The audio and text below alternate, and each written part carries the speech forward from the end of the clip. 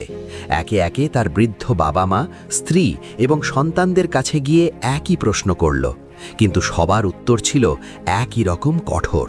তারা বলল, তোমাকে পালন করার দায়িত্ব আমাদের, কিন্তু তুমি কিভাবে সেই অন্ন জোগাড় করছো সেই পাপের দায় আমাদের নয়। তোমার পাপ কেবল তোমাকেই বইতে হবে। পরিবারের এই কথা শুনে রত্নাকরের পায়ের তলা মাটি সরে গেল। সে বুঝতে পারল এই মায়াময় পৃথিবীতে সে আসলে একেবারে একা। যার জন্যে সে সারা জীবন অন্যায় করে এসেছে তারা কেউই তার পাপের সঙ্গী হবে না।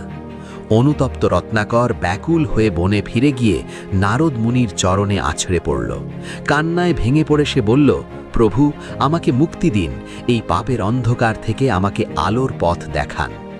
নারদ তাকে মুক্তি লাভের জন্য পরমেশ্বরের রাম নাম জপ করতে বললেন, কিন্তু যার হাত রক্তে রামানো, যার মন পাপে পূর্ণ, তার মুখ দিয়ে পবিত্র রাম শব্দ বেরোচ্ছিল না। তখন নারদ তাকে কৌশল শিখিয়ে দিলেন। তিনি বললেন, তুমি মরা শব্দটি জপ করো। রত্নাকর গাছের নিচে বসে এক মনে মরা মরা জপ করতে শুরু করলেন। মরা মানে মৃত্যু।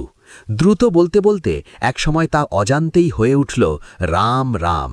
শুরু হলো তার দীর্ঘ সাধনা। দিন যায়, মাস যায়, বছর পেরিয়ে যায়। রত্নাকর সব ভুলে ধ্যানে মগ্ন। তার শরীরের ওপর উইপোকা বাসা বাঁধল। তৈরি হলো মাটির এক বিশাল ঢিবি। তবুও তার ধ্যান ভাঙল না। বহু বছর পর নারদ ফিরে এলেন। তিনি উইপোকা